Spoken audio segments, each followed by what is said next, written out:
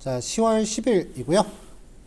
이제 AJAX에 관련돼서 우리가 지난 시간까지는 그 백엔드로부터 이제 데이터를 받아오는 거에만 집중을 했었어요. 백엔드가 주는 데이터를 이제 가져다가 이제 화면에다가 출력하는 형태에 대해서만 이야기를 했는데, 오늘은 거기서 얘기를 좀 더 확장할 거예요. 자, 우리가 쓰는 대부분의 프로그래밍이요, 웹 프로그래밍 중에 가장 그 기본이 되는 게 일반적으로 글 쓰는 게시판이에요.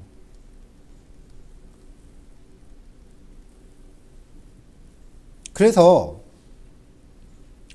게시판 하나만 제대로 만들면은 웹 프로그램은 뭐 그냥 수월하게 정리된다, 뭐 그런 얘기도 있어요. 저도 그 얘기에 많이 공감을 하고요. 근데 이 게시판에서 게시판이라는 걸 하나의 프로그램이라고 했을 때 얘가 제공하는 기능을 보면은요, 일단 게시판 들어가면 처음에 목록부터 나오죠. 목록 안에서 검색 기능이 포함되어 있고요. 그 다음에 목록에서 뭔가 하나를 클릭하면은 읽기 페이지로 넘어가죠. 그 다음에 이제 목록하고 쓰기, 수정, 삭제, 이렇게 나눠져요. 이게 가장 게시판의 기본이에요. 여기에 덧글이 있다라고 해도 덧글도 덧글 목록, 덧글 쓰기, 덧글 수정, 덧글 삭제, 결국 여기에 확장이거든요. 자, 데이터를 쓰는 거를 데이터를 생성한다 라고 이야기를 하고요. 그 다음에 목록이나 상세북이나 어쨌든 데이터를 전부 읽어오는 거기 때문에 읽기, 수정, 갱신, 그리고 삭제, 딜리트, 모든 그 프로그램은요, 가장 기본이 되는 기능이 이 네 가지의 묶음이에요. 이 네 가지 묶음을 한 세트로 해서 앞 글자만 따서 CRUD라고 합니다.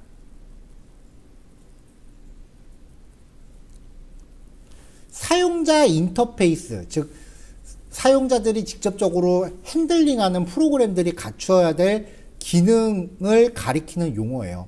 쉽게 말하면 어떤 유형의 프로그램이건 가장 기본이 되는 기능은 이 네 가지가 한 세트로 돼서 구성이 된다는 거죠.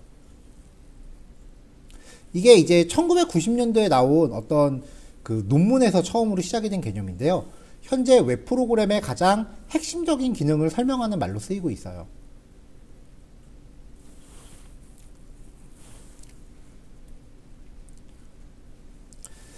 자, 기억을 하실지 모르겠는데요. 우리가 HTML에서 폼 태그라는 거를 사용하면서 메소드라고 하는 속성이 있었어요. 이 메소드 속성에 기본적으로 들어가는 게 get이고요. 그 다음에 post라는 값도 설정이 가능해요. 이 폼 태그에 설정하는 얘네들이 get인 경우에는 읽기 기능을 위해서 사용하겠다 라는 의미예요. 그래서 폼 태그의 메소드가 get으로 들어가는 경우는 주로 검색이에요. post로 설정되는 경우는 생성, 즉 데이터 쓰기예요. 글쓰기.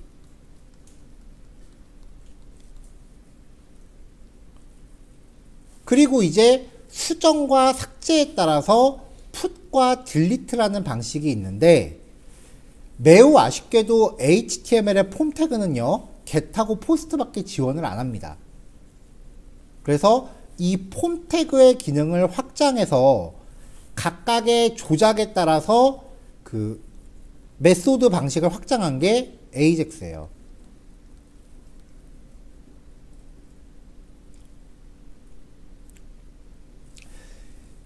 이 방식은요, 하나의 백엔드 URL에 한 개의 백엔드에 이 메소드라고 하는 거는 데이터 전송 방식이에요.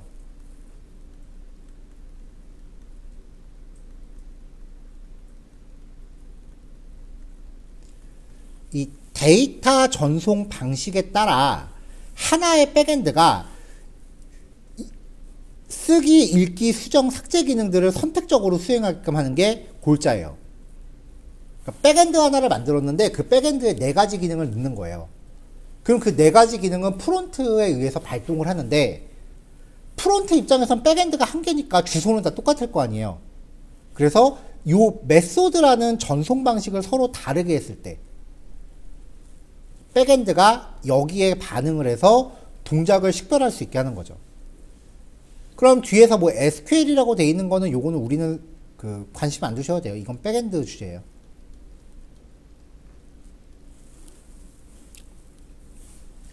자, 하나의 프로그램을 주소록이나 전화번호부 같은 거라고 해보죠. 여기서 기본적인 단위는 각각 개인의 연락처가 되고요. 그럼 이 연락처를 추가한다, 연락처를 검색한다, 수정한다, 삭제한다. 이게 보통 주소록 프로그램의 기본 기능이 된다는 거죠. 만약에 이것 중에 수정 기능을 지원하지 않는다, 혹은 삭제 기능을 지원하지 않는다, 뭐 이렇게 하나라도 뭐가 빠지면 그 소프트웨어는 완전하다고 볼 수 없어요. 그래서 한 묶음으로 설명하는 경우가 보통이다라는 겁니다. 그러니까 CRUD라고 하는 개념은 조회, 읽기, 수정, 삭제 요 4가지를 한 묶음으로 프로그램 기능을 설명하는 개념이다. 그렇게 정리하시면 되고요. 그거를 웹에서 가장 잘 표현하는 게 AJAX예요. 그럼 아까 제가 하나의 백엔드가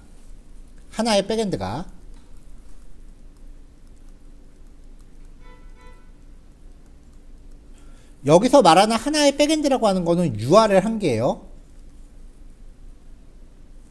어떤 하나의 주제를 놓고 하나의 백엔드가 이제 주소록이라고 하는 주제에 관여를 해요. 거기에 대해서 입력, 수정, 삭제, 조회를 수행한다라고 하면은 걔를 RESTful API라고 해요. 우리가 흔히 말하는 오픈 API는 이 RESTful 중에서 조회 기능만 오픈해 준 거예요.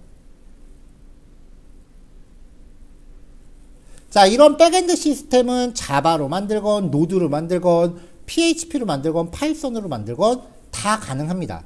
개념적으로 다 똑같고요. 그냥 코드가 서로 좀 생김새가 다르다 뿐이지 하는 내용은 다 똑같아요. 그리고 실질적인 내용은 데이터베이스라는 시스템에 저장이 되고요. 그래서 프론트엔드가 AJAX를 통해서 백엔드랑 통신한다는 거는 결과적으로는 이 데이터베이스라는 곳에 대해서 입력, 수정, 삭제, 조회를 백엔드한테 요청하는 거예요. 이렇게 하려고 구축된 게 RESTful이다라는 겁니다. 그럼 제가 하나의 백엔드에 데이터 전송 방식이 다르다라는 이야기를 아까 했었는데요. 우리가 여태까지 사용했었던 쿼리 스트링 방식, 변수 뒤에 물음표를 넣어서 URL에다가 변수를 쫙 나열하는 거 있죠. 이게 가장 대표적인 get 방식의 데이터 전송이에요. 일단은 변수가 URL에 그대로 노출되기 때문에 보안이 중요할 때는 좀 안 쓰는 게 좋고요. 그리고 전송 가능한 데이터 용량에 한계가 있어요. 왜냐면 인터넷 주소 총 길이가 1024바이트이기 때문에 영어로 치면은 뭐 한 512글자 정도라고 보시면 돼요. 그래서 포함 가능한 변수의 내용도 그 안에 이 전체 주소 길이에서 결정이 돼야 돼요. 그리고 결정적으로 URL에 포함이 돼서 변수값이 전달되니까 사용자가 웹브라우저 주소 표시줄에서 값을 임의로 바꿔버릴 수가 있어요. 그래서 보안이 안 좋다는 거고요. 그 다음에 나온 방식이 패스라고 하는 방식이에요. 변수 이름을 미리 정해진 순서대로 약속을 한 거예요. 그래서 마치 폴더처럼 이렇게 나열해서 값만 전달해요. URL 자체가 폴더 간의 연결처럼 보이니까 쿼리 스트링보단 상대적으로 보안에 유리한데 쿼리 스트링이 갖고 있는 한계는 그대로 다 갖고 있어요. 얘도 브라우저로 요 주소 표시줄에 있는 값을 사용자가 직접 조작할 수 있고요. 그 밖에 포스트 풋 딜리트는요, 변수를 URL이 아니라 어제 우리 헤더라는 개념 봤습니다. 그 헤더에다가 포함해서 전송하는 거예요. 그리고 이 세 가지 방식은 백엔드의 설정에 따라서 전송 가능 용량을 늘렸다 줄였다 할 수 있어요. 일반적으로 20메가 내외 정도 돼요. 그리고 포스트 풋 딜리트는 파일 업로드가 가능하고요. 크롬 브라우저의 개발자 도구를 쓰면은 얘네들도 변수 값을 열람하는 거는 가능한데 프로그래밍적 지식이 없으면은 크롬 브라우저 개발자 도구를 굳이 열어보는 일은 거의 없겠죠. 그래서 상대적으로 보안에 조금 유리하다라고 표현을 하고요. 웹 브라우저를 통해서 값 조작이 불가능해요. 일반 사용자들은. 자, 뭐 이런 전송 방식에 대해서는 이것만 기억하시면 돼요.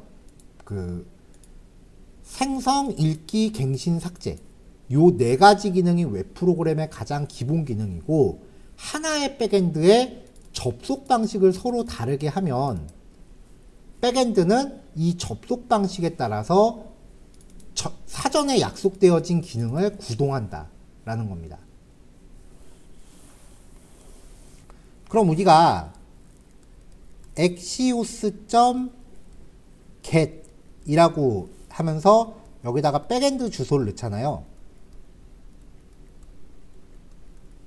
이걸 제가 처음 사용하실 때는 이 백엔드의 데이터를 가져와라 라고 설명을 했어요. 그때는 그냥 이해를 도우려는 거고요. 사실 이 get은 얘예요. 그러면은 요게 의미하는 거는 이 백엔드한테 데이터를 읽어서 조회하고 싶다라는 요청을 보내는 거예요.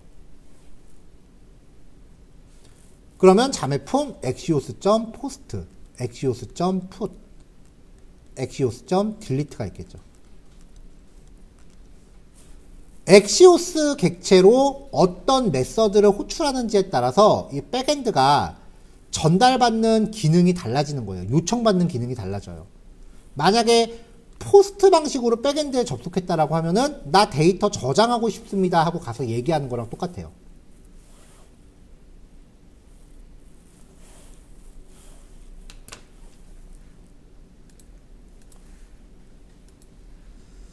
자, 오늘 예제를 한번 가동을 시켜 볼게요.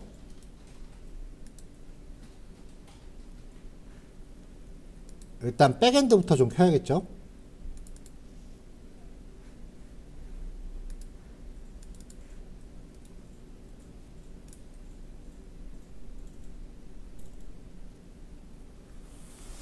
자, 백엔드한테 데이터를 받아서 이렇게 목록으로 출력을 했어요.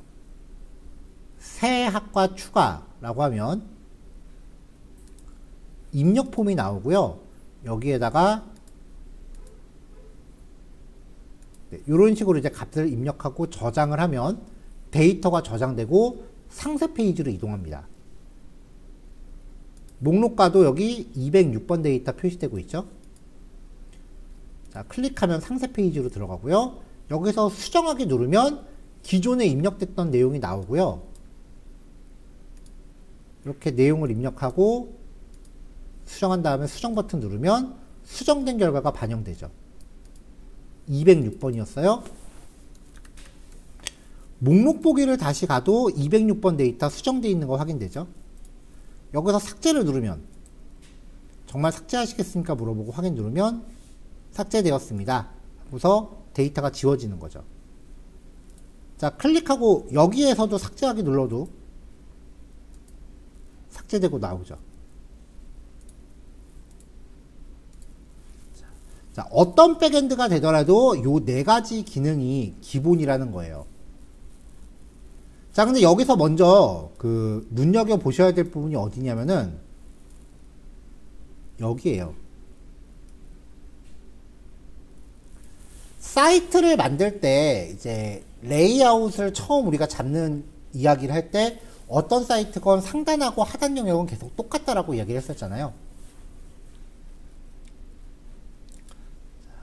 학과 추가, 학과 관리, 그 다음에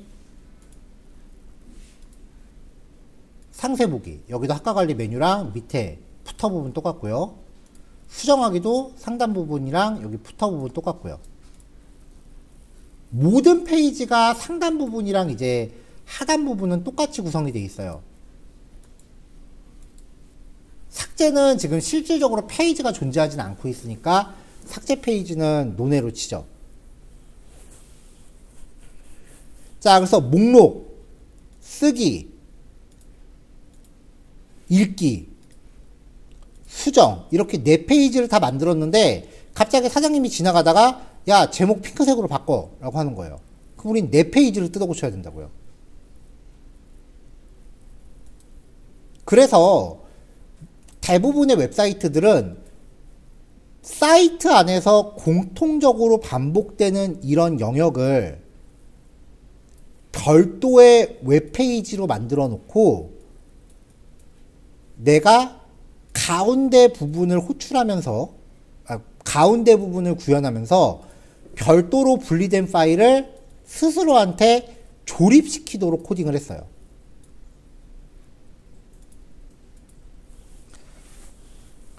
그래서 보통 이제 사이트의 상단 영역을 헤더,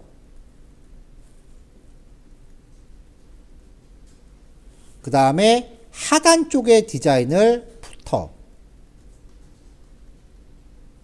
이렇게 구성을 하고 내가 만약에 이제 main.html을 만든다. 이 페이지를 만들기 위해서 일단 header.html을 여기다가 조립, footer.html을 여기다 조립하라고 그냥 명령어 하나로만 이렇게 할 수 있다면 나는 이제 가운데 들어가는 알맹이 컨텐츠만 열심히 코딩하면 되는 거죠.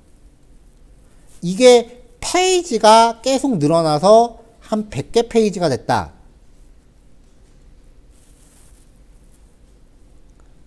그렇다 하더라도 이 모든 100개 페이지가 header.html과 footer.html을 갖다가 자기한테 조립을 시킵니다.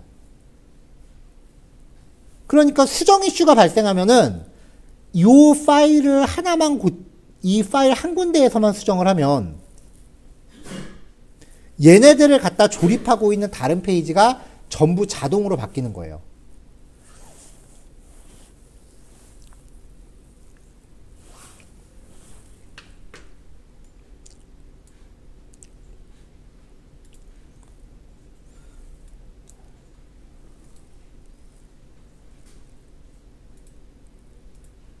자, 그래서 이렇게 이제 다른 파일들을 갖다가 나한테 조립시키는 거를 보통 include 한다라고 표현을 해요.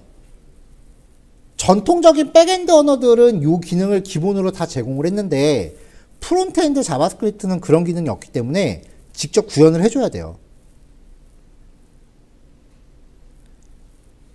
자, 그래서 inc 폴더 안에 header.html 상단 영역에 들어갈 제목과 직선 정도만 표현을 했고요. inc 폴더 밑에 footer.html 하단 영역에 들어갈 코드만 준비를 했어요.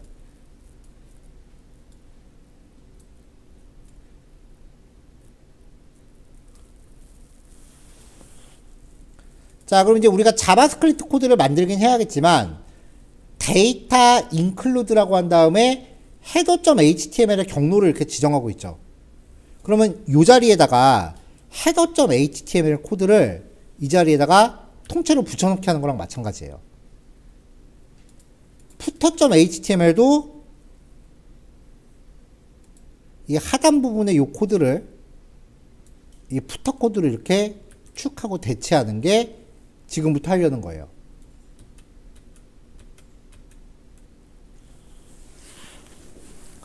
자, 그래서 일단은 요 예제 하실 때 index.html을 작업을 하시되 요 바디 영역 여기는 제거하시고요.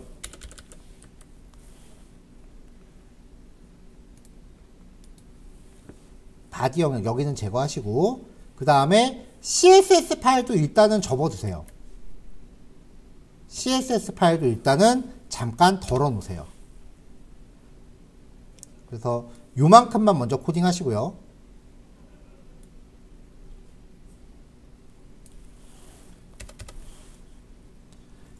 엑시오스 가져오고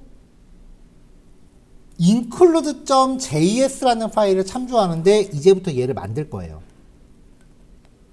utilhelper.js는 우리가 며칠 전에 미리 만들어 놓은 파일이에요.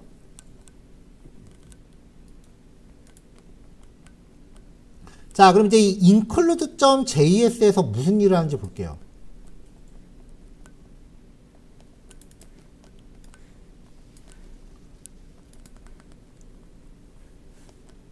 현재 HTML 파일에서 데이터 include라는 속성을 갖고 있는 모든 항목들을 가져옵니다. 그럼 여기선 요거 하나, 요거 두 개가 되겠죠? 자, 이렇게 가져온 걸 배열로 바꾼 다음에 탐색을 했어요. 지금 여기는 맵 함수를 쓰고 있지만 단순 탐색은 포이치도 가능하다고 했었어요. 자, 그럼 요 V가 이 각각의 태그 하나하나가 되는 거죠. 얘가 V라고 가정하면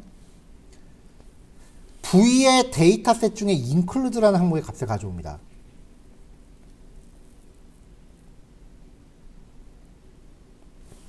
자, 이렇게 가져오면은 이 header.html이라는 파일 안에 있는 내용을 읽어올 거예요. 데이터셋의 include라고 하는 거는 요 주소값이죠. 요 주소값이요. axios.get 함수로 요 파일을 읽어옵니다.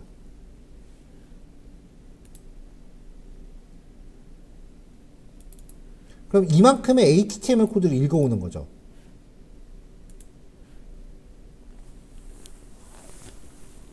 그렇게 해서 지금 이 V가 뭐예요?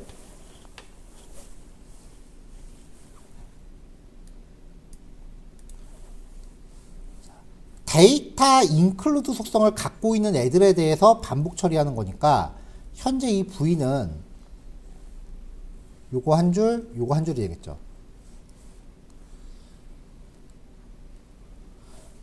자, v.innerhtml이라고 하면 이 안에다 넣는 거였어요.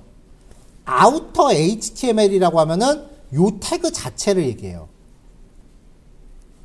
지금 요 axios.get이라고 해서 이 태그 안에 있는 데이터 include 요 속성값이 변수에 들어온 거고요.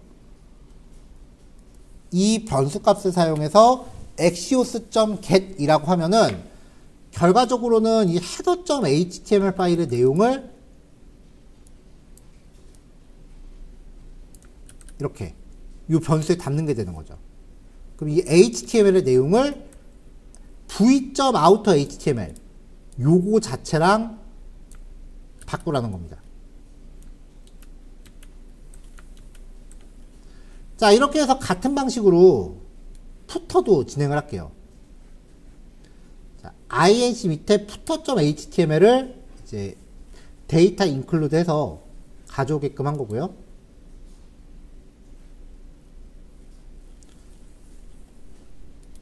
자, 이렇게 해서 여기 실행하면은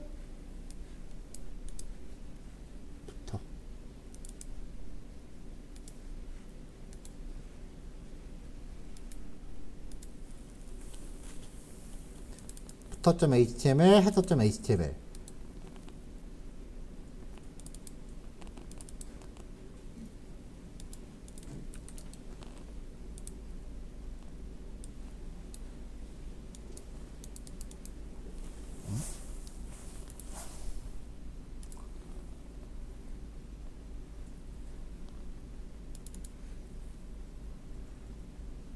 아, 여기 제가 header.html 값을 박아놨네요.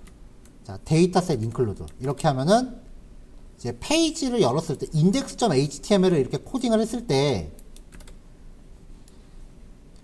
header.html에 있는 코드와 footer.html에 있는 코드를 여기다 갖다 붙인 거예요.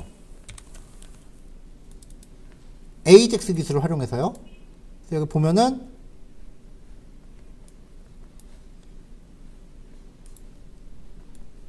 자, 헤더에 h1 태그 hr.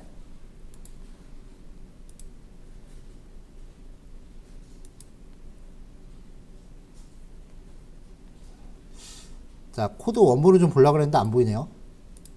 자, 그 다음에 이제 푸터도 가져오면은 footer.html 파일에 정의해 놓은 코드가 이 자리에 복사 붙여넣기 된다고 보시면 돼요. 이렇게 먼저 사이트의 상단과 하단을 수정이 빈번하게 발생해도 한 번만 고칠 수 있게끔 틀을 잡아놓고 그 다음에 여기 내용들을 채워가는 거예요. 일단 1글씨 여기까지 해서 상단 헤더랑 푸터부터 연동하게끔 할게요. 자, 8시까지 하시고 10분 쉬셨다가 8시 10분에 이어서 하겠습니다. 자, 넘어갈게요. 자, 별도의 HTML 파일을 만들어서 그거를 이제 AJAX로 가져오고 그거를 이제 그렇게 가져온 내용으로 다른 태그를 대체하는 방식을 써서 이제 사이트의 상단 영역과 하단 영역을 조립식으로 만들었어요. 사실 이런 식의 방식은 전통적인 웹 프로그램에서는 아주 보편적인 기술이고요. 그 다음에 지금 보신 이 기술에 최적화된 게 리액트예요. 사실 리액트는요, 화면 레이아웃을 만드는 거 외에 다른 기능이 일체 없어요. 그리고 리액트는 주로 거의 모든 기능을 이런 식으로 해요. 물론 AJAX가 들어가는 게 아니고 리액트 자체적으로 제공하는 기능이에요. 자, 이렇게 돼 있으면 이제 여기에 그 CSS를 걸어 봐야죠. 자, 자바스크립트 코드 다시 한번 덜어낼게요.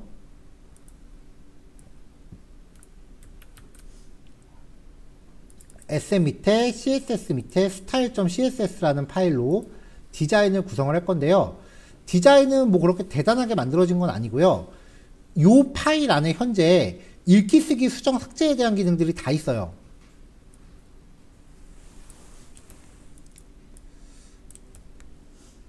자, 여기 상세 보기, 그리고 제가 페이지 단위로 여기 주석으로 구별을 해놨거든요.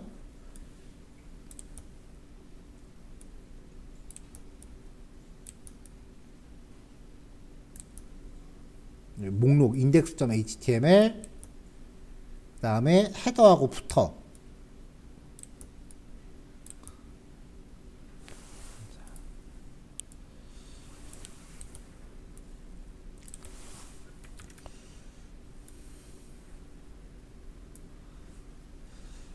자, 일단 공통적으로 바디 태그한테는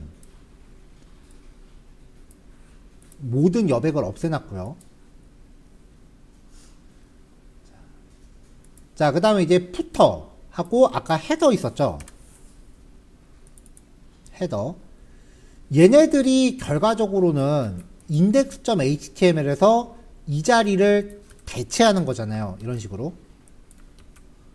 이런 식으로 이제 여기를 대체한다고요. inner HTML은 아까 얘기했다시피 이 안에 들어가는 거지만 outer HTML은 얘 자체를 교체하는 거예요. 그래서 여기 페이지의 소스를 보면은 소스 자체는 이렇게 div 태그만 딸랑딸랑 두 개 있지만 개발자 도구로 열어보면은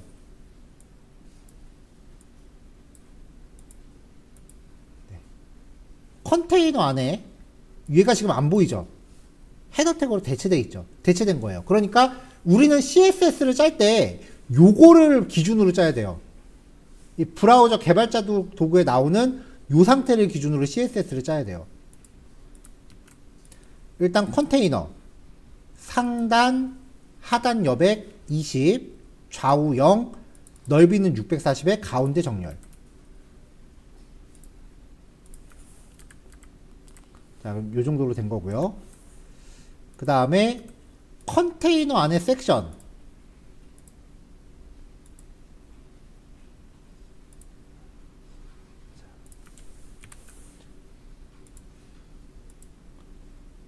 자, 요 안에 지금 섹션 태그가 지금 안 보이는데, 섹션이 나중에 어떻게 들어갈 거면 여기 내용 영역이 들어갈 부분을 섹션 태그로 이렇게 감쌀 거거든요. 요 섹션 태그 안에 읽기, 쓰기, 수정, 삭제가 다 들어갈 거예요. 자, 그 섹션에 대해서 일단은 하단 여백 20 잡아놨고요. 왜냐면 내용 영역하고 여기 카피라이트 돼 있는 부분 좀 띄워놓은 거예요. 그 다음에 헤더, 컨테이너 안에 있는 헤더죠. 그 안에 H1 태그, 글자 색깔과 글자 크기 설정했고요. 그 다음에 푸터도 컨테이너 안에 푸터죠. 그 안에 어드레스 태그, 디스플레이 블록, 텍스트 얼라인 센터, 글자 크기랑 색상. 너무 CSS를 디테일하게 주진 않았어요. 그냥 이런 식으로 잡아가는 거다 라는 규칙만 확인시켜 드린 거고요. 그 다음에 이제 목록이 들어갈 건데, 일단은 CSS를 여기까지 준비하고 뭐가 보여야 CSS를 코딩하죠. 그렇죠? 그래서 index.html에서 이제 AJAX로 백엔드한테 데이터를 가져올게요.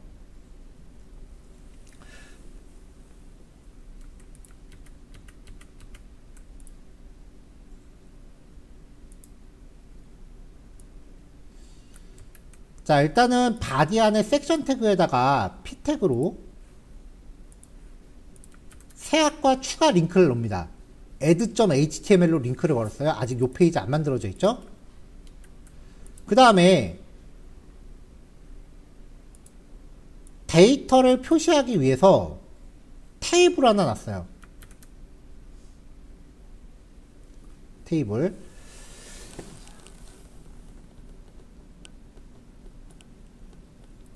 자, 이 테이블을 보면은 T 헤드로 상단 제목 잡고 T 바디로 하단 제목 잡고 하단 영역 잡고 그 다음에 여기에 콜 그룹이란 태그가 들어있는데 요거는 처음 소개해드린 태그예요. 이 콜 그룹은요 콜이라는 단위랑 요 TH가 하나씩 짝을 지어요. 그래서 각 영역의 넓이를 설정해요.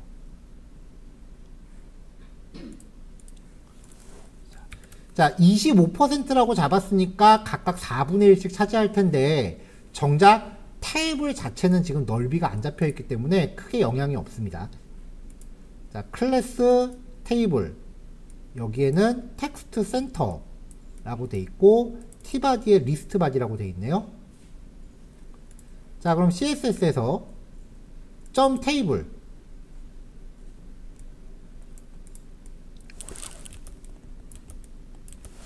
넓이 100% 일단 이 안에서 넓이 100% 준 거죠. 그 다음에 상단 테두리 1픽셀 위에 선 하나 걷고요. 보더 컬랩스를 컬랩스라는 속성으로 준 다음에 폰트 사이즈 14. 요게 무슨 속성이냐면은 테이블의 보더가 원래 되게 못생겼잖아요. 그걸 좀 가늘게 표시해주는 속성이에요. 자, 그 다음에 이제 여기에 그 tr하고 td 단위로 컨텐츠를 넣을 건데 그거를 이제 AJAX로 받아오죠. 일단은 여기 리스트 바디 이거를 가져오고요. 자, 여태까지 우리가 AJAX를 정의할 때는 뭔가 클릭했을 때 동작했잖아요.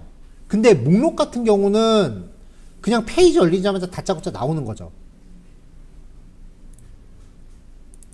클릭했을 때 동작하면은 여기 클릭 이벤트가 있으니까 이벤트에 연결된 콜백 함수한테 에이싱크를 걸었어요. 근데 페이지가 열리자마자 동작하는 거는 우리 그냥 코딩할 때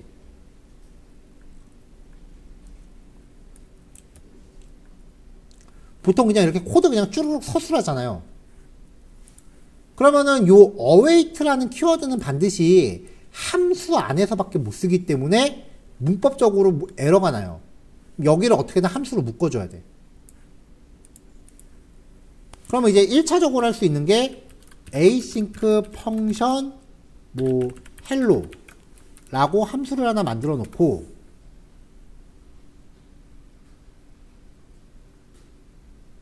쭉 내려와서 여기서 헬로가 끝나요. 그 다음에 헬로라는 함수가 자동으로 실행되게끔 이렇게 호출을 하는 거예요. 자, 코드가 너무 기네요. 헬로 asynch라는 async 함수를 정의해 놓고 이 안에서 await를 쓰는 거고요. 그리고 이 헬로라는 함수가 페이지 열리면서 자동으로 실행되게끔 바로 호출하는 거죠. 근데 이게 좀 비효율적이잖아요. 어차피 만들자마자 바로 이렇게 호출할 거면. 그래서 이런 식의 코드를 조금 단순하게 만들고자 함수 호출하는 부분을 없애고요. 얘 자체를 익명함수로 만들어요. 이 익명함수를 한 덩어리로 묶어요. 괄호로. 이렇게. 그리고 얘를 호출한다라는 의미로 함수 호출할 때 들어가는 괄호를 뒤에 붙여요. 이걸 즉시 실행 함수라고 해요. 만들자마자 바로 실행되는 함수. 자, 이 즉시 실행 함수를 화살표 함수로 바꾸면 펑션 빠지고 여기에 화살표 들어가죠. 페이지가 열리자마자 실행되게끔 하는 또 다른 문법 형식이다라고 보시면 돼요. 이렇게 만드는 게 요 괄호 안을 페이지가 열리자마자 실행되게 하는 거다. 그렇게 기억하시면 되고요. async가 붙어 있으니까 이 안에선 ajax 처리가 자유롭죠. await를 쓸 수 있으니까. 반대로 말하면은 페이지 열리자마자 ajax 쓸 일 없으면 이 구성은 필요 없다는 얘기예요. 자, 이제 봅시다.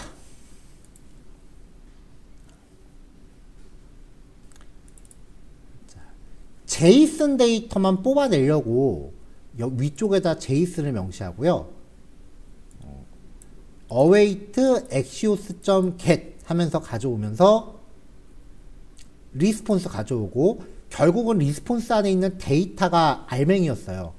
그래서 리스폰스.data만 제이슨이라는 별도 변수에 보관을 했습니다. 그래서 밑에서 제이슨.포이치 이렇게 쓴 거죠. 어제 코드 형식은 리스폰스를 제이슨을 안 만들고 리스폰스를 만든 다음에 아래쪽에서 리스폰스.data를 바로 썼어요. 어떤 방식을 쓰건 동일해요. 자, 이렇게 하면 이제 백엔드한테 요 디파트먼트라고 하는 데이터를 받아올 거예요. 자, 이렇게 제이슨 배열로 만들어진 데이터죠.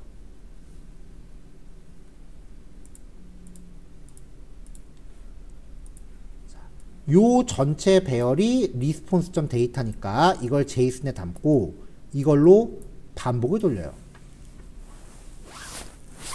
그러면 여기서 말하는 V는 요거 하나죠.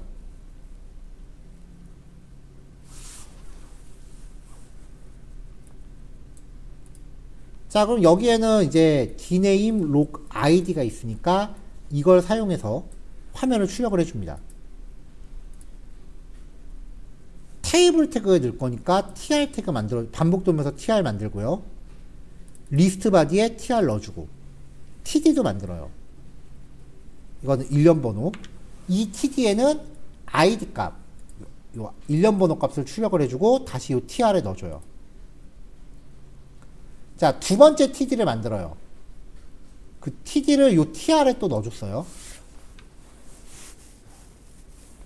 자, 우리가 테이블 태그에 tbody 라는 거를 미리 넣어놨는데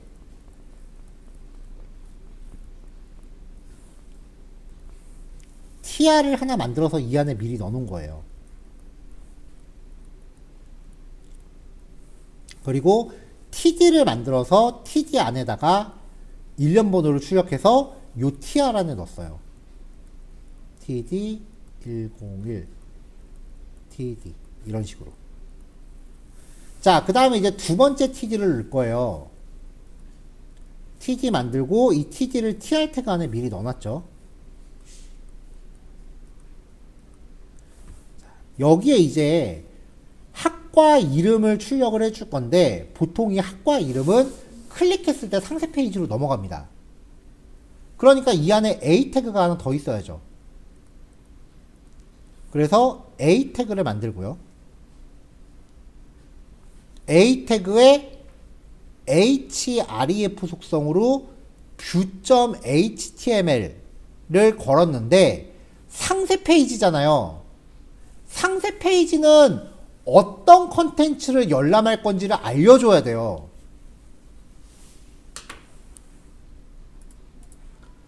모든 데이터에는 각각의 데이터를 고유하게 식별할 수 있는 일련 번호 값들이 들어있어요. 그리고 어제 우리가 이 백엔드 데이터를 확인했을 때 슬래시 하고서 저 일련 번호 값을 세팅하면은 특정 데이터만 이렇게 하나가 나오죠. 그러니까 요 일련 번호 값을 넣어주면 해당 데이터만 열람할 수 있게 한다라는 얘기예요. 다시 모든 데이터는 각각을 하나하나 구별할 수 있는 고유한 일련 번호가 있어요. 이거는 숫자일 수도 있고 문자일 수도 있습니다. 이 값을 상세보기 쪽에 백엔드 요청할 때 상세보기 쪽으로 넘기면 백엔드는 그 자료에 대한 항목 하나만 다시 열람할 수 있게 해줘요. 자, 그럼 이제 요 목록으로 우리가 A 태그를 구성을 할 건데 링크 클릭해야 되니까 링크를 클릭했을 때 상세 페이지로 넘어가죠. 상세 페이지 안에서 AJAX로 백엔드한테 상세 데이터를 요청하는 거예요. 그러니까 목록에서 상세 페이지로 넘어갈 때는 어떤 데이터를 열람할 건지를 같이 넘겨줘야 되고 그걸 상세 페이지가 AJAX로 다시 백엔드한테 줘야 돼요. 즉 일련 번호가 목록에서 상세 페이지로 넘어갈 때 전달이 돼야 되고요. 그걸 상세 페이지가 받아서 백엔드한테 토스해 줘야 돼요.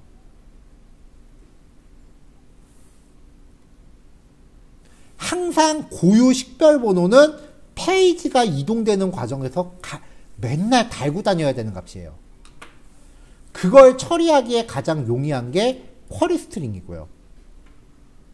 그래서 view.html한테 일련 번호 값을 물음표에서 변수로 붙여서 보낼 거예요. 링크에 inner html로 학과 이름 넣어주고 td에 출력. 마지막 t3에는 학과 위치. 자, 그 다음에 지금 보여지는 정보가 3개밖에 없는데 칸을 4개를 만들었어요. 네 번째 칸에는 뭘 넣을 거냐면은 수정 페이지로 넘어가기 위한 링크를 넣을 거예요.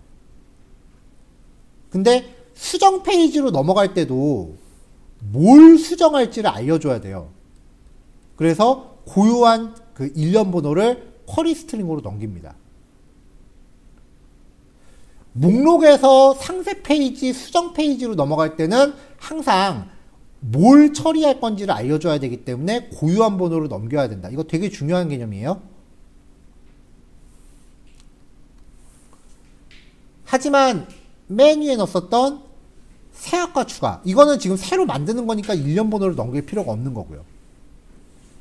기존 데이터를 열람하거나 기존 데이터를 수정하거나 기존 데이터를 삭제할 때는 왓에 해당하는 정보를 줘야 되지만 이건 새로 만드는 거잖아요. 저장하는 거니까. 이때는 일련 번호를 넘길 필요가 없는 거죠.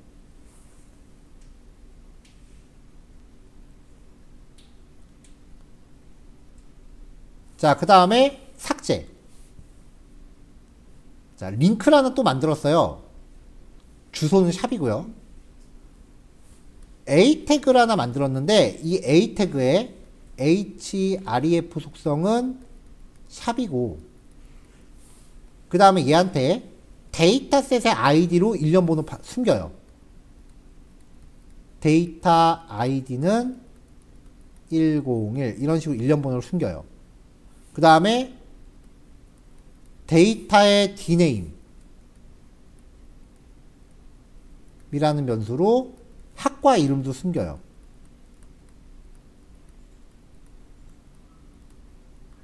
이런 식으로 링크를 만든 다음에 얘한테 btn delete라는 클래스를 넣어줘요. 클래스는 btn delete.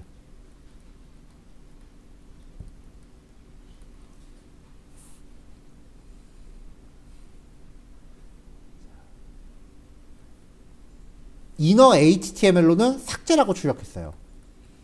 삭제 A. 이거를 td에 넣었어요. 자, 그럼 이제 얘를 클릭했을 때 얘가 지금 A3죠. create element A 했으니까 이 A3를 클릭했을 때 일단 링크니까 2.prevent default 무조건 받고요. 2.current 타겟은 클릭된 자신이겠네요. 그리고 데이터셋의 아이디는 여기 숨겨놓은 101번이죠. 그 다음에 dname은 학과 이름이겠죠.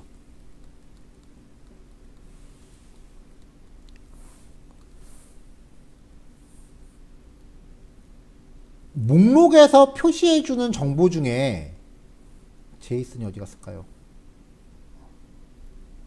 자, 이 목록에서 표시해주는 이 정보 중에 이 하나가 이제 A 태그로 delete를 표현한다라고 하면 클릭한 항목을 식별할 수 있게끔 이런 값들을 A 태그에 변수로 숨겨놓은 거예요.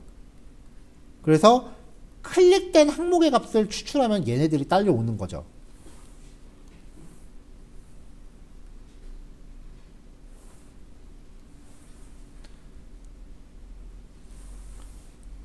학과 이름을 변수로 숨겨놓은 이유는요. 정말 땡땡땡땡을 삭제하시겠습니까? 라고 컨펌에 물어볼 때 쓰려고 든 거예요.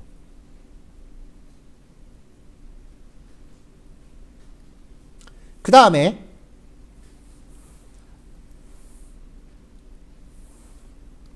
요 백엔드에 101이란 데이터를 전달을 했는데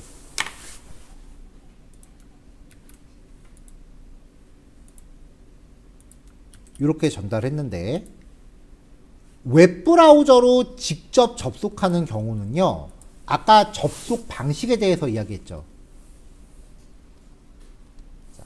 디파트먼트에 대해서 101번 데이터를 웹브라우저로 직접 접속할 때는 게시해요. 무조건. 그러니까 웹브라우저로 접속할 때는 무조건 101번 데이터 조회 기능이에요. 하지만 엑시오스를 쓰면은 딜리트나 풋 방식도 가능해요. 이걸 가지고 딜리트라고 하면은 어떻게 하겠어요? 101번 데이터를 삭제해 주세요 라는 뜻이 되는 거예요.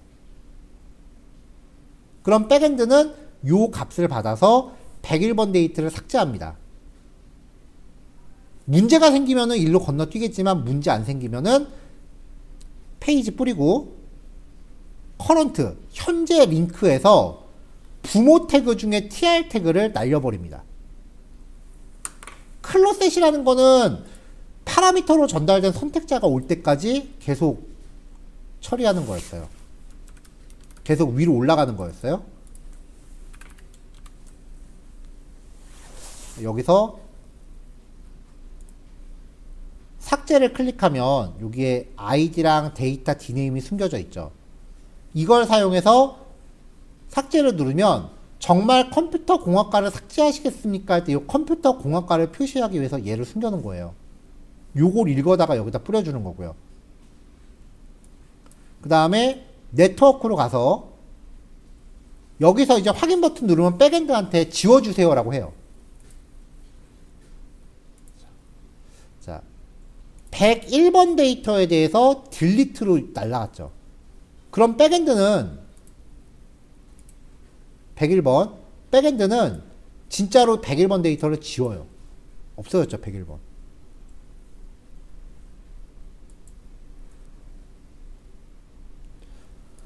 자, 그럼 얘를 클릭해서 101번 데이터가 백엔드에서 지워졌으니까 화면에서 날려야 될 거 아니에요. 그래서 클로셋 tr 태그가 나올 때까지 부모를 타고 올라갑니다.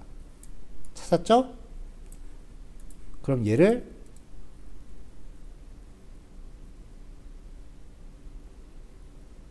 통째로 지웁니다. 이 tr 태그를.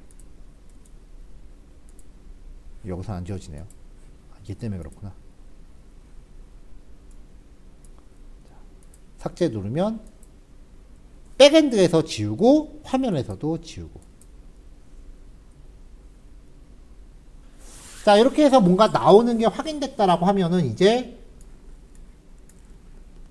CSS 넣어야죠.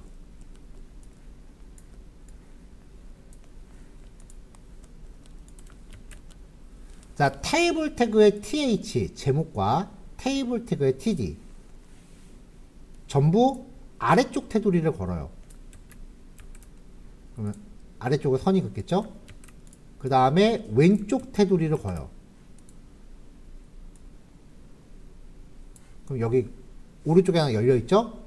그리고 여백을 10으로 잡고 글자 크기 가운데, 글자 정렬 가운데, 그 다음에 테이블 태그의 td 안에 a 태그, 얘죠? 얘네들도 있고요. 상하는 0, 좌우 5픽셀 마진을 줘요. 그럼 수정하고 삭제가 마진에 의해서 간격이 좀 벌어지겠죠. th의 퍼스트 차일드, td의 퍼스트 차일드. 자, th 중에 퍼스트는 얘죠. td 중에 퍼스트는 여기 앞에 거죠. 얘네한테 보더 레프트를 없애요.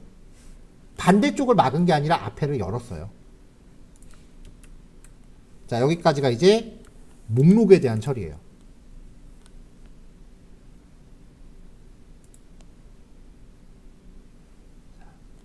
자, 흐름이 길어요. 그래도 이거 꼭 적응하셔야 돼요. 저도 이거 처음 공부할 때 한꺼번에 생각의 폭이 갑자기 넓어지니까 되게 정신없었거든요. 그래서 흐름을 종이 같은 거에다가 어떻게 흘러가는지 전체적인 흐름을 꼭 정리를 해보세요. 이거 혼란스러우면. 코딩할 때 제일 하시면 안 되는 게 다짜고짜 비주얼 스튜디오부터 키는 거예요. 타이핑 먼저 하는 게 아니라 내가 뭘 해야 되는지 먼저 흐름을 정리하세요. 그거를 우리는 설계라고 해요. 설계가 없는 코딩은 주먹구구예요. 내가 해야 되는 작업의 절차를 먼저 한번 생각을 해보신 다음에 코딩 들어가셔야 되고요. 그리고 어떻게 보면 이 얘기가 되게 잔인하게 들릴 수도 있는데 우리는 지금 처음 공부하니까 어렵죠. 이게 당연히 어렵죠. 근데 여러분들이 이 사이트를 사용하는 일반 유저라고 생각해 보세요. 이건 기본이에요. 유저 입장에서는 이것도 안 되는 사이트는 사용을 안 하겠죠. 그러니까 어떻게든 이건 정리하고 넘어가셔야 되는 주제예요.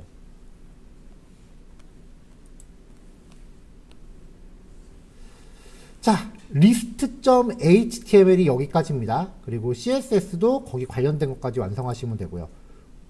일단 요거 진행할게요. 시간 제한 안 두겠습니다. 오늘 진도 더 안 나가도 돼요. 어떻게든 요거만 먼저 정복을 하세요. 다음 진도는 여러분들 완성되는 그 시간 봐서 진행할지 안 할지 결정을 할게요.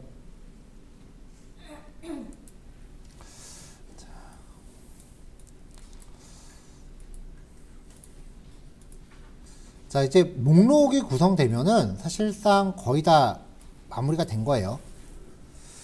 자, 지금 데이터를 조회하고 삭제하는 것까지 넣어봤는데 이 백엔드가 어떻게 구성되어 있는지 어저께 설치했었던 그 썬더 클라이언트를 통해서 한번 백엔드를 테스트를 해볼게요.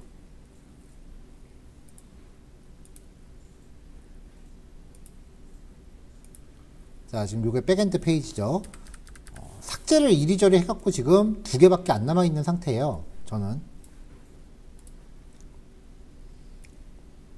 뭐 다 지우셔도 됩니다. 자, new request 눌러서 새로운 접속 단위를 하나 만들게요. 그리고 백엔드 주소를 넣겠습니다. get이라고 하면은 이제 데이터를 조회를 하는 거죠.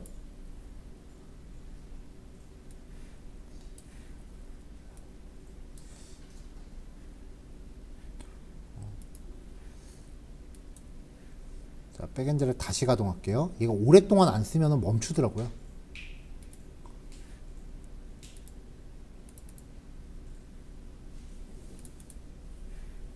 자, 백엔드 가동했고, 샌드.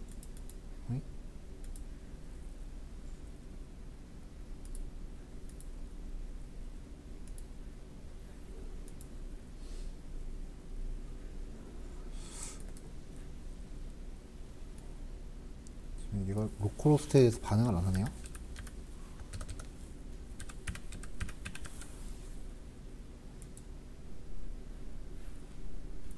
자, 비주얼 스튜디오 코드의 그 썬더 클라이언트가 지금 우리가 사용하는 이 라이브 서버랑 궁합이 좀 안 맞는 것 같아서 인썸니아라는 프로그램을 새롭게 소개해 드릴게요. 자, 다운로드 받으시면 되고요. 다운로드 받으신 거 설치하시면 됩니다.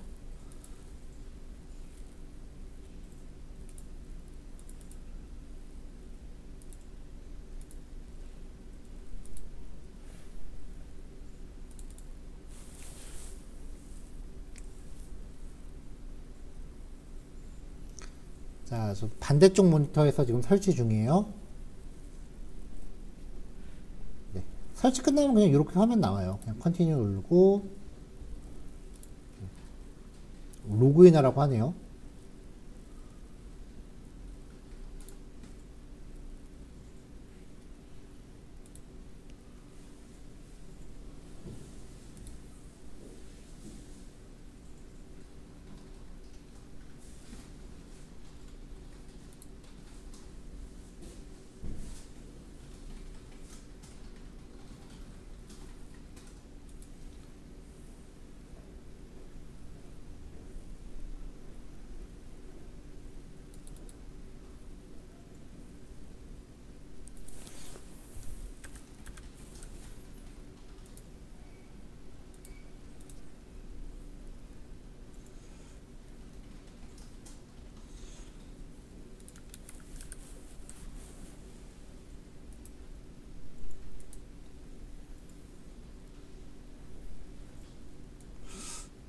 이 프로그램이 이렇게 복잡하지 않았는데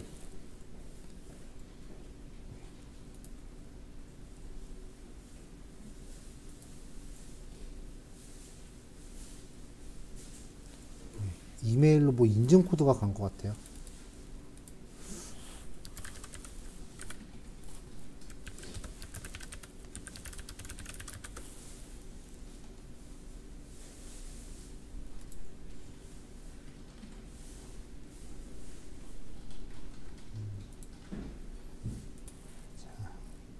원래 인썸니아가 제가 제일 즐겨 쓰는 프로그램이었는데 인증 과정이 좀 복잡해져서 인썸니아를 사용할게요. 지금 썬더 클라이언트요. 이 썬더 클라이언트 개발 깃허브에 나와 있는 이슈를 쭉 검토해 봤는데 원래 우리 백엔드 주소가 여기 나와 있는 요거였거든요. 네. 근데 이게 이 썬더 클라이언트 자체의 문제인 것 같긴 한데 HTTP부터 로컬호스트까지를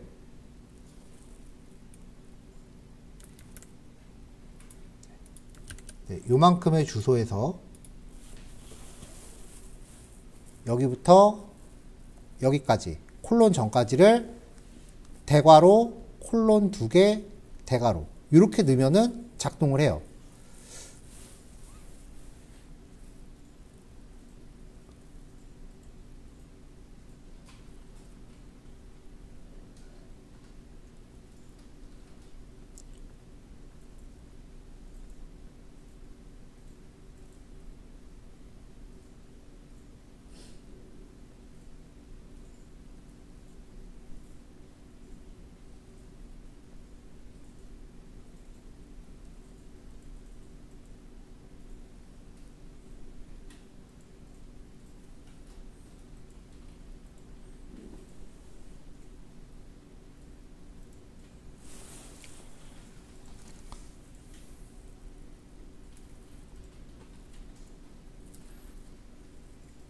자, 혹시 이렇게 해도 작동이 안 된다라고 하시면 설정에서 썬더 클라이언트 하위에 썬더 클라이언트 HTTP 라이브러리를 엑시오스로 바꾸세요. 얘도 내부적으로 엑시오스 쓰는 옵션이 추가가 됐대요.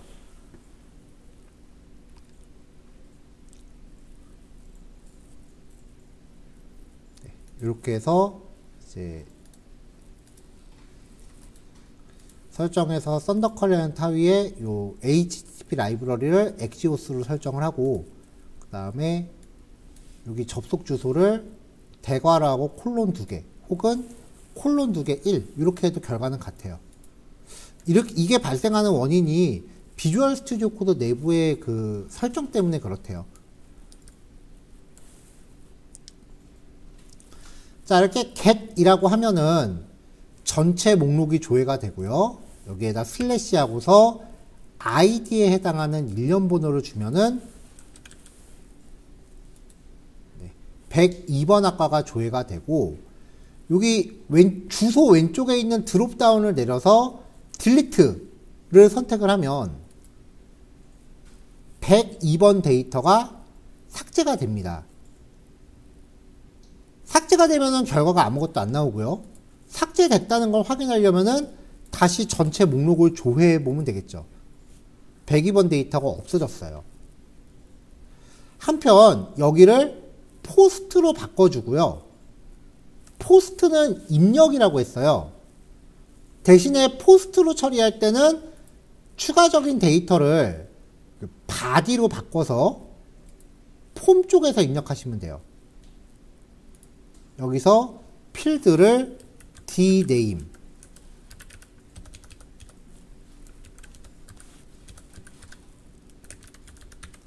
그 다음에 록 해놓고 여기는 이런 식으로 입력을 한 다음에 샌드를 누르면 새롭게 생성된 데이터의 일련 번호만 이렇게 조회가 돼요. 이렇게 데이터를 전송을 포스트 방식으로 전송하면은 디파트먼트라는 이름의 백엔드한테 이것 좀 저장해 주세요 라고 보내는 거예요. 그럼 백엔드는 202번 데이터로 저장했습니다 라고 보여주는 거예요. 그럼 우린 다시 개수를 바꿔서 잘 저장됐는지 확인을 해야겠죠. 전송이 안 됐네요. 폼.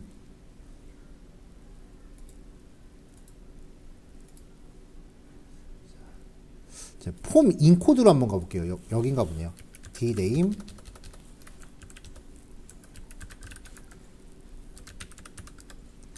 록. 자, 전송 방식 포스트로 맞추고 샌드.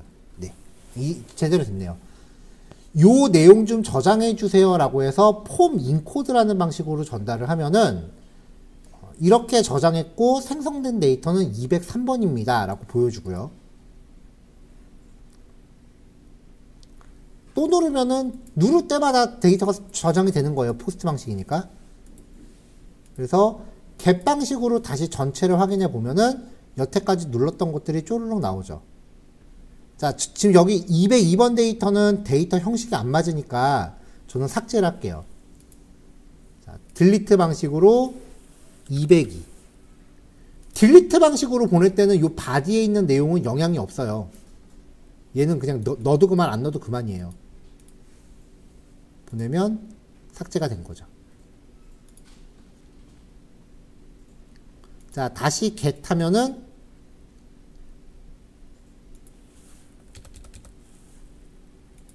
get 하면 이렇게 데이터가 쭉 나오고요.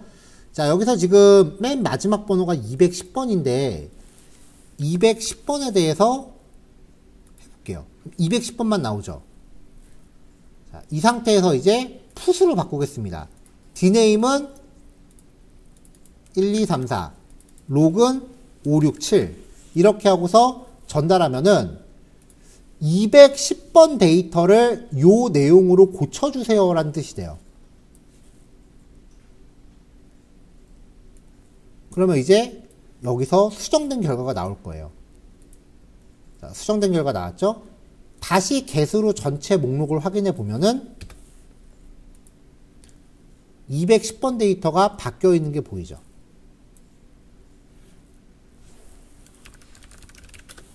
자, 자, 대체로 백엔드에 주소가 하나 있을 때 백엔드 주소 이렇게 있으면은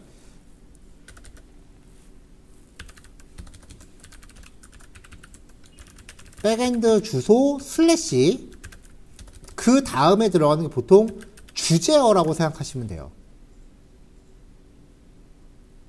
정확하게 이게 하나의 뭐 데이터베이스 테이블이든 그렇게 얘기해야 되는데 어떤 그 데이터를 다루고자 하는 주제다라고 생각하시면 돼요. 예를 들면은 http 백엔드 주소 슬래시 유저 라고 하면은 이제 요 백엔드는 사용자와 관련된 내용을 하는 거고요. 혹은 프로덕트 이러면 얘는 상품과 관련된 뭔가 하는 거예요. 이 주제어는 백엔드 개발자가 정해주는 거니까 우리는 그냥 그런 거 없다고 넘어가면 돼요. 그 다음에 이제 백엔드 개발자마다 그 URL을 구성하는 형식이 조금씩 다르긴 한데 지금 쓰고 있는 거는 아까 말씀드렸던 최초로 레스트풀이라는 개념이 제안됐을 때 논문에 나온 방식이에요. 이게 뭐 표준이라고 할 건 없지만 그래도 그냥 학술적으로 소개가 된 방식이다라는 겁니다.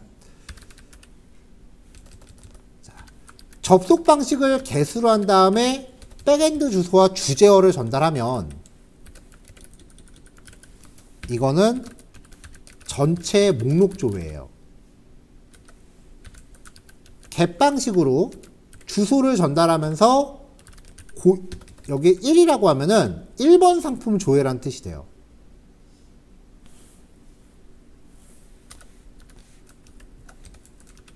포스트 방식으로 이렇게 전송하면서 상품 등록 대신에 이때는 폼 인코드 방식으로 저장할 데이터를 전송해야 해요. 상품 이름, 상품 가격, 뭐 상품 사진이라던가 뭐 이런 것들이요. 여기서 저장할 데이터가 어떤 것들이 있어야 되는지는 백엔드 개발자가 정해서 문서화해서 알려줄 거예요.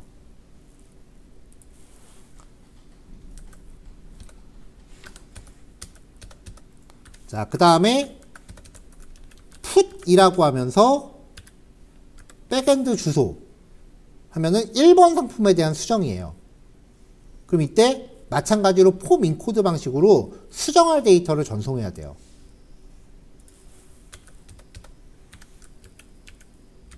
마지막으로 딜리트 이렇게 하면 1번 상품 삭제해 주세요 라는 뜻이 돼요. 이게 기본인데 이게 절대적인 규칙은 아니기 때문에 백엔드 개발자 주관에 따라서 약간 형식이 좀 달라질 수도 있어요. 어떤 사람은 나는 get 방식 절대 안 쓸 거야. 나는 무조건 다 포스트로 할래. 라고 해놓고 포스트 방식으로 입력 수정 삭제 조회를 다 할 수도 있어요. 이게 그냥 의미론적으로 이렇게 하는 게 좋겠다라는 일종의 권장사항이지 이렇게 안 하면 절대 에러 납니다. 그건 아니거든요.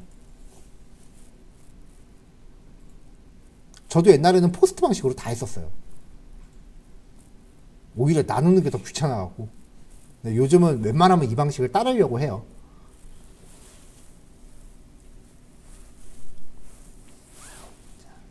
자, 이 중에서 지금 우리가 get을 구현을 했고요.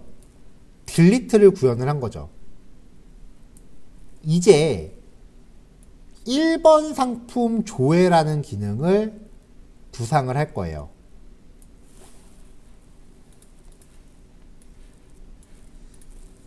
자, 그 사이에 페이지가 많아졌네요.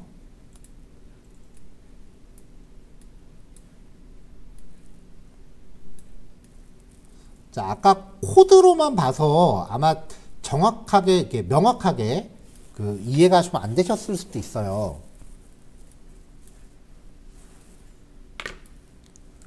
자, 그러니까 지금 이 학과 관리라고 하는 상세 페이지에서는 http localhost 3001 한 다음에 디파트먼트 학과에 대해서 201번 학과의 데이터를 열람하고 싶습니다라고 이 주소로 백엔드한테 보내고 있는 거예요. 열람하는 거니까 get이겠죠. 근데 지금 이 페이지가 얘를 클릭해서 넘어온 거잖아요. 그렇죠? 이 파일의 이름은 view.html이에요. 그럼 이 view.html에서 사용자가 목록 페이지에서 선택한 항목이 201번 학과다라는 거를 얘는 어떻게 알아야 되느냐는 거죠. 요거 줘야 되는데 백엔드에 201번이라는 학과 번호는 애당초 목록 페이지에 들어있었거든요. 이 값을 그래서 변수로 담아서 HTML로 넘긴 거예요. 목록에서 이 view.html에 넘어갈 때 변수를 넘긴 거예요. 그러면 이 HTML을 우리 전에 util 헬퍼 만들어 놨었어요. 그 util 헬퍼 안에 get query라는 함수를 만들어 놨거든요. 이 함수가 물음표 뒤에 있는 변수를 추출해주는 역할을 했다고요. 그걸 써서 201이라는 값을 뽑아내고 그걸 백엔드한테 토스하는 거죠. 프론트엔드 구현할 때 가장 신경 많이 쓰셔야 되는 게 각각의 데이터를 고유하게 식별할 수 있는 일련 번호를 어떻게든 달고 다니는 거예요. 수단과 방법 안 가리고 달고 다녀야 돼요. URL에 넣건 쿠키에 굳건 그거는 그냥 수단과 방법 가리지 말고 어떻게든 변수를 유지하세요. 이걸 웹페이지 상태 유지라고 해요. 왜냐면 HTML 페이지는요. 페이지가 바뀌면 여기서 작성했던 자바스크립트 코드 다 날아가는 거예요. 페이지가 넘어가면. 그래서 여기서 만들었던 변수를 다음 페이지는 기억을 못해요. 그렇기 때문에 어떻게든 이 변수를 주소에 숨기건 쿠키에 굳건해서 계속해서 유지시켜주는 사실 이 기법이 웹 개발하면서 제일 귀찮아요. 근데 이게 가장 핵심이에요. 뭐 자바스크립트로 리액트를 쓰고 뭐 jQuery를 쓰고 그런 것들은 그냥 부가적인 방법론이고 원리를 봤을 때 가장 중요한 거는 변수의 데이터 유지예요.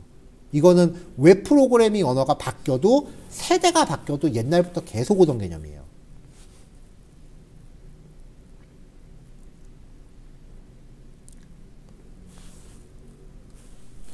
자, 그래서 이제 여기서 주소에 실제로 읽기 페이지로 넘어갈 때 우리가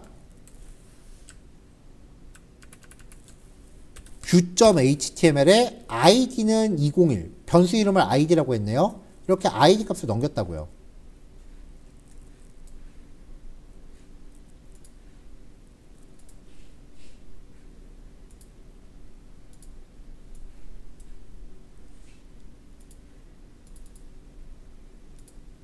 자, 그럼 이제 view.html은요. 일단은 상단, 하단 조립해야죠.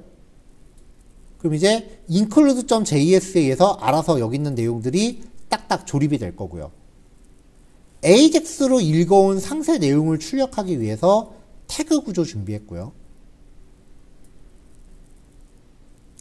목록 보기 페이지로 링크 걸었습니다.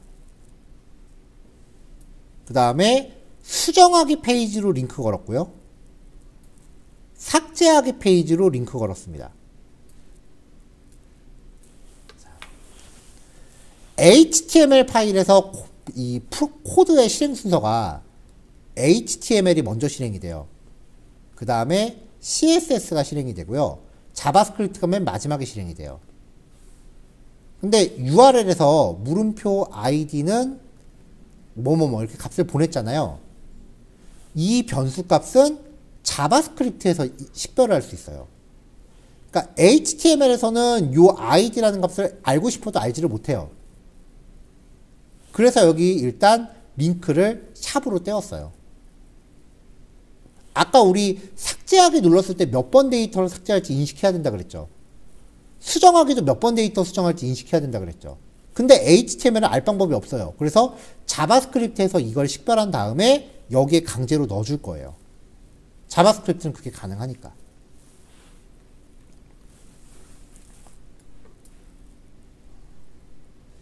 자, 읽기 페이지도 열자마자 바로 들어와야 되니까 async 즉시 실행 함수로 구현하고요. utilhelper.getQuery라고 하면은 요 파람스는 물음표에 들어있는 변수를 JSON 형식으로 리턴하죠. 그래서 이 파람스는 id:201 이런 식의 JSON 객체가 될 거예요. 근데 이 변수가 물음표 한 다음에 주소에 이렇게 들어가는 거니까 어떤 사용자는 이 주소에 있는 변수를 지워버릴 수도 있다는 얘기죠. 그리고 엔터 치면은 못 막아요. 그러면 학과 번호가 없습니다라고 메시지 뿌리고 뒤로 튕겨줘야 돼요. 그래서 파람스.id가 없다면 알럿 창으로 메시지 뿌리고 전 페이지로 이동, 처리 중단. 읽기 수정 삭제는 이게 굉장히 중요해요. 식별 값이 없으면은 하고 싶어도 못하니까 식별 값이 있냐 없냐를 검사해 주는 게 굉장히 중요해요. 자, 리스폰스 정의하고요. await axios.get.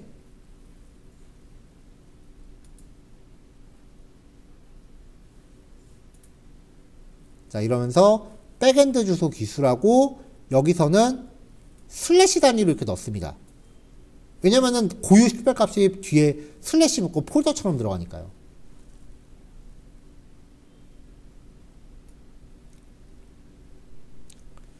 자, 마지막에 뒤에 슬래시는 넣으셔도 되고 안 넣으셔도 돼요. 근데 웬만하면 넣으세요. 왜 그런지 조금 이따 말씀드릴게요. 자, 그럼 여기 리스폰스가 그 조회 결과가 들어올 거고 response.data 출력했어요. 그럼 response.data가 요거는 전체 목록이었고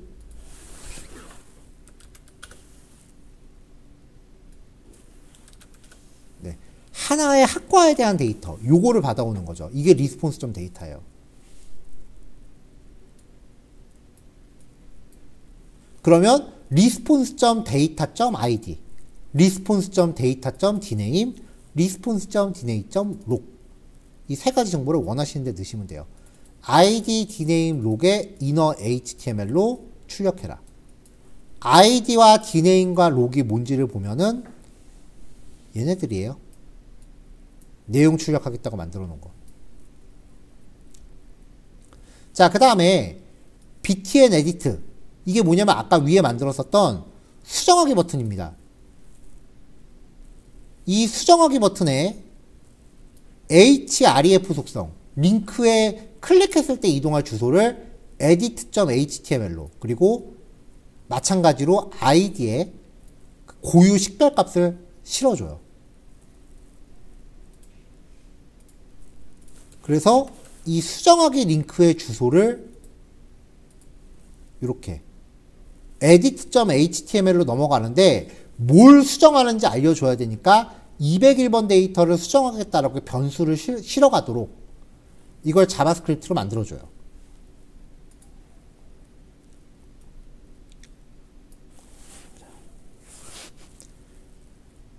그리고 거기에 이제 딜리트 버튼에도 아까랑 똑같이 일련 번호랑 학과 이름을 데이터셋으로 숨겨줍니다.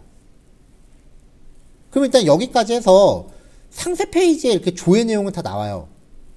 삭제 버튼 눌렀을 때는 아까 목록이랑 똑같이 가면 되죠. 그래서 삭제 버튼에 대한 클릭 이벤트는 목록에서 구현한 걸 그대로 복사했습니다.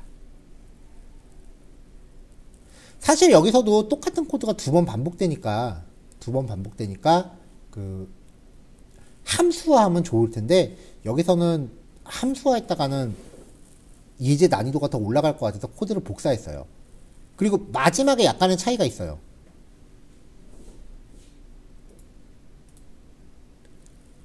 자, 지금 여기가 상세 페이지죠. 삭제했단 말이에요. 그럼 얘는 더 이상 없죠. 여기에 머물러 있을 수가 없잖아요. 그러니까 냅다 목록 페이지로 도망가야죠. 지워지고 없으니까. 그래서 window.location index.html. 자, 정상적인 웹사이트라고 하면은 여기서 알럿 함수 뿌리고 확인 버튼 눌렀을 때 넘어가도 상관없거든요. 근데 라이브 서버에서는 window.location 전에 알럿 뿌리면 이건 동작 안 하더라고요. 이건 지금 우리 실습 환경 특징이지 원래대로면 여기 알럿 넣으셔도 됩니다. 자, 여기까지가 목록하고 읽기. 자, 실습 시간이 없네요. 여기까지 일단 구현 연습해 보시면 되고요. 지금 우리 백엔드가 디파트먼트로 지금 하고 있는데, 디파트먼트 말고도요, 스튜던트라고 하면은 가상의 학생 정보를 갖고 있는 백엔드가 하나 있고요. 그 다음에 프로페서라고 하면은 교수에 대한 가상 데이터가 이렇게 있어요. 이걸 가지고 오늘 이 디파트먼트 한 거를 백엔드만 스튜던트와 프로페서로 바꿔서 다시 한번 똑같이 목록과 상세보기 삭제 기능을 재현을 해보세요. 이거 익숙해지시면 사실 응용의 여지가 그렇게 많지 않아요. 백엔드랑 프론트 연동은 응용의 여지가 거의 없어요. 프론트 개발해서 응용 많이 하는 거는 화면 UI 만드는 게 어려운 거지, 백엔드랑 연동하는 거는 굉장히 정형화되어 있어요. 자, 오늘 여기까지 하겠습니다. 좀 일찍 끝내고 싶었는데 주제가 주제인 만큼 그러지를 못하네요. 남은 내용은 이제 월요일날 계속하는 걸로 할게요. 네, 수고하셨습니다.